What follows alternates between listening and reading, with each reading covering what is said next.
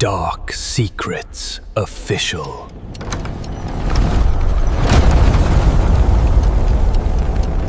السلام علیکم، امید کرتا ہوں آپ سب خیریت سے ہوں گے۔ ڈارک سیکرٹ کے نئے ایپیسوڈ میں آپ سب دوستوں کو خوش آمدید کرتا ہوں۔ میری دعا ہے کہ اللہ پاک آپ سب کو بری مخلوقات اور بلاؤں سے دور رکھیں، آمین۔ آج کی کہانی کسی اپارٹمنٹ یا گھر سے جڑی نہیں ہے، بلکہ آج کی کہانی اوبر ڈرائیور سے جڑی ہے۔ اگر آپ بھی رات کے وقت کوئی آن لائن ٹیکسی، اوبر یا کریم چلاتے ہیں تو یقیناً آج کی سٹوری آپ کو اندر سے ہلا کر رکھ دے گی۔ یاد رکھیں، یہ کوئی من گھڑت کہانی نہیں ہے، ایک سچا واقعہ ہے جو عثمان کے ساتھ اسلام آباد میں پیش آیا۔ ایسا واقعہ جس پر یقین کرنا مشکل ہے، مگر یہ بھی سچ ہے کہ حقیقت کو کبھی جھٹلا نہیں سکتے۔ سٹوری کی طرف بڑھنے سے پہلے اگر آپ نے ڈارک سیکرٹ کو ابھی تک سبسکرائب نہیں کیا تو پہلے سبسکرائب کر دیں تاکہ آنے والے سچے واقعات بھی آپ کے رونگٹے کھڑے کر سکیں۔ السلام علیکم، میرا نام عثمان ہے۔ ویسے تو میرا تعلق پشاور سے ہے، لیکن جاب کے سلسلے میں پچھلے 2 سال سے میری رہائش اسلام آباد میں ہی ہے۔ دراصل میں ایک اسٹوڈنٹ ہوں اور ساتھ پارٹ ٹائم اوبر بھی چلاتا ہوں۔ ویسے تو عام طور پر ڈرائیور سارا دن کام کرتے ہیں، لیکن میری روٹین تھوڑی سی مختلف ہے۔ میں دن کے وقت ڈرائیو نہیں کرتا، کیونکہ دن کے وقت میں یونیورسٹی جاتا ہوں اور واپس آ کر تھوڑی دیر آرام کرنے کے بعد شام 6 بجے سے رات 1 بجے تک اوبر چلاتا ہوں۔ میرا ہاسٹل اسلام آباد کے G11 میں واقع ہے اور اسی جگہ سے میں اپنی رائڈ سٹارٹ کرتا ہوں۔ یہ کچھ مہینے پہلے کی بات ہے۔ میں تقریباً 11 بجے G11 کے روڈ پر کھڑا تھا کہ مجھے ایک فیمیل کی رائڈ وصول ہوئی۔ میں نے رائڈ ایکسیپٹ کی اور فیمیل کو پک کرنے چلا گیا۔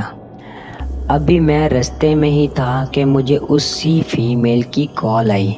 وہ مجھے کہہ رہی تھی کہ میں اجوا پارک کے پاس مین روڈ پر ہی کھڑی ہوں۔ آواز سے تو کوئی بڑی عمر کی خاتون لگ رہی تھی۔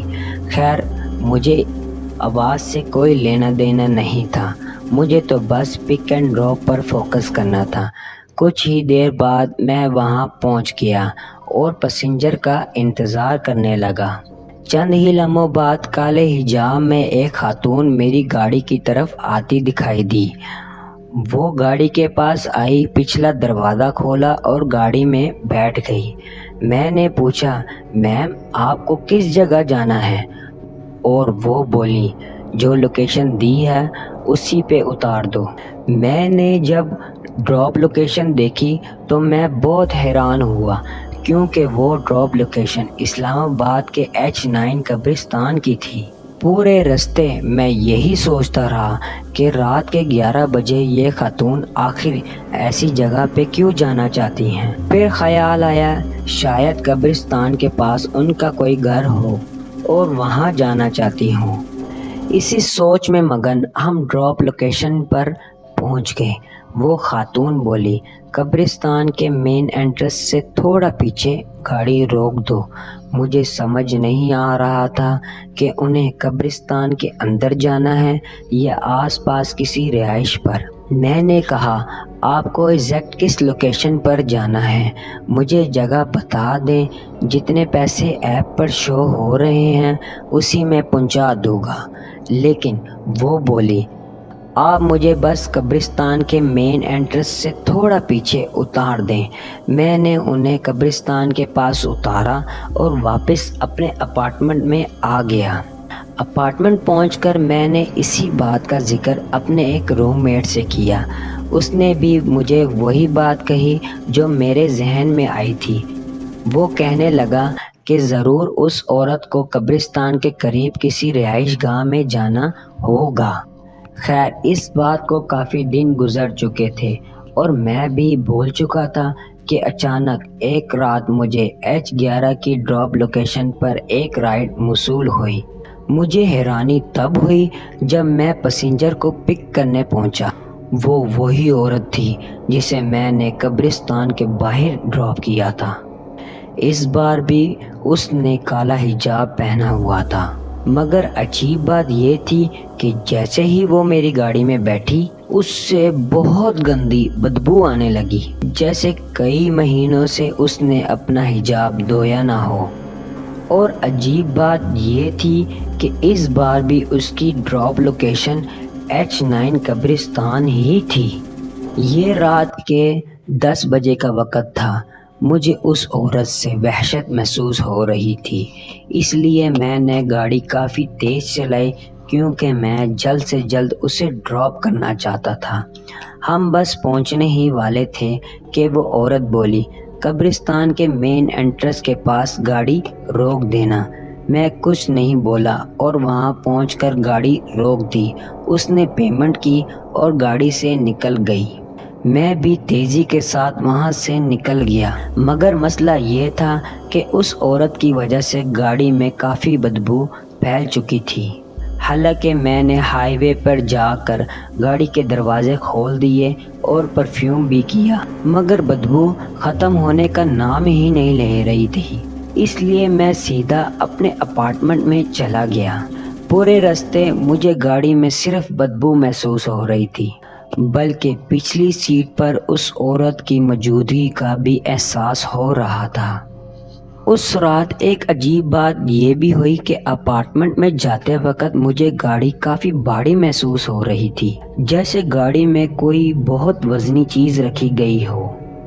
جب میں اپارٹمنٹ پہنچا تو اچانک میری طبیعت بھی خراب ہو گئی، سر بھاری ہونے لگا اور ٹھنڈے پسینے آنے لگے۔